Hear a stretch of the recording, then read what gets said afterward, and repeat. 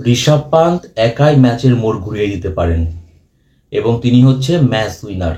তার হাতে দারুণ সব শট রয়েছে, এগুলো আমরা জানি আর কি। তো খুবই স্বাভাবিক, আইপিএল এর 2025 যে মৌসুম, মানে চলমান যে টুর্নামেন্ট, এই টুর্নামেন্টে সবার কিন্তু নজর ছিল ঋষভ পান্তের দিকে। এর পেছনে আরো একটা কারণ আছে, সেটা হচ্ছে যে মেগা নিলামটা হয়েছিল, সেখানে আইপিএল ইতিহাসে রেকর্ড, আগের সব রেকর্ড তিনি ভেঙে চুরে দিয়েছেন।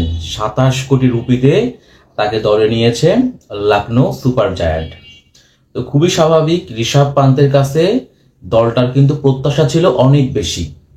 কারণ হচ্ছে 27 কোটি রুপি, ধরেন আইপিএল এটা কিন্তু টোটালি একটা বিজনেস প্ল্যাটফর্ম। খেলোয়াড়দের পেছনে আপনি কারি কারি টাকা ইনভেস্ট করবেন, 27 কোটি রুপি চারটিখানি কিন্তু কোনো কথা না। তো এত টাকা যে খেলোয়াড়টার পেছনে আপনি ইনভেস্ট করবেন, তার কাছ থেকে তো অবশ্যই আপনি পারফরমেন্স চাইবেন নাকি? পারফরমেন্স ছাড়া তো তাকে আপনি কিনেননি। কেন কিনছেন হচ্ছে তার কাছ থেকে পারফরমেন্সের জন্য। আলটিমেটলি ঋষভ পান্তের এখন পর্যন্ত যা পারফরমেন্স, তাতে I think Lucknow super giant, এই ফ্র্যাঞ্চাইজির যে মালিক পক্ষ, তারা কিছুটা হলেও কপাল চাপড়াচ্ছে যে কি দরকার ছিল আমার এর পেছনে 27 কোটি রুপি এই বিনিয়োগ করা বা ঢালার। তো পান্ত এখন পর্যন্ত কি করেছেন? পান্ত ধরুন 4টা ম্যাচ খেলেছেন এখন পর্যন্ত। এই 4 ম্যাচের মধ্যে তিনি প্রথম ম্যাচে 0, মানে রানের খাতা খুলতে পারেননি। এরপরে দ্বিতীয় ম্যাচে 15, তৃতীয় ম্যাচে 2, চতুর্থ ম্যাচে 2। অর্থাৎ এখন পর্যন্ত সাকুল্যে ঋষভ পান্তের ব্যাট থেকে এসেছে 15 আর 4 19 রান। এর মধ্যে আমি একটু বোঝার চেষ্টা করলাম যে পান্তের আসলে প্রবলেমটা কোথায়। মানে অনেক সময় হয় কি, তিনি 4 নম্বর পজিশনে ব্যাটিং করে থাকেন, অনেক সময় হয় কি যে রান তাড়ায় কিন্তু সবাই সফল হয় না।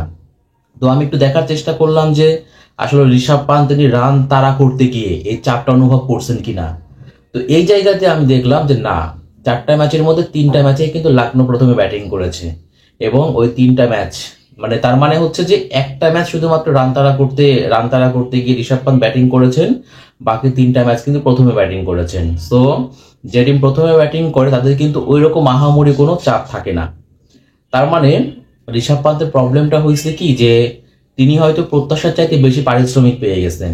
এবং এই যে 27 কোটি রুপি আইপিএল ইতিহাসের রেকর্ড, আগে সব রেকর্ড, ধরেন শ্রেয়াস আয়ারকে কিনলো কত, 26.75, তার কিছুক্ষণ পরে বিক্রি হলো হচ্ছে 27 কোটি রুপিতে এই ঋষভ পান্ত।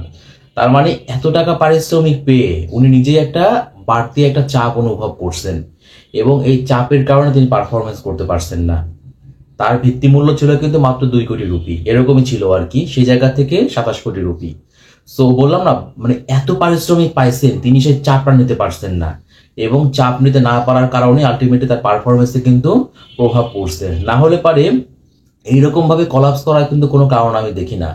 আবার দেখেন লখনৌ এখন পর্যন্ত 4টা ম্যাচ খেলে তাদের অবস্থান কিন্তু টেবিলের 6 নম্বরে, মানে 2টা জয় পাইছে, 2টা ম্যাচে হারছে। আবার এই লখনৌর ক্যাপ্টেন কিন্তু ঋষভ পান্তই, মানে পান্ত খুব ভালো ক্যাপ্টেন। লখনৌ তো শুধু তার পেছনে 27 কোটি রুপি খরচ করে নাই, তিনি একজন ভালো ক্যাপ্টেন এবং যে কথা বললাম তিনি হচ্ছে ম্যাচ উইনার। হ্যাঁ, তিনি একাই ম্যাচ জেতাতে পারেন, তার হাতে দুর্দান্ত সব শট রয়েছে। বাট আলটিমেটলি এখন পর্যন্ত লখনৌর জন্য আমি বলবো যে তার পেছনে যে টাকাটা ইনভেস্ট করেছে, ফলাফলটা হচ্ছে 0।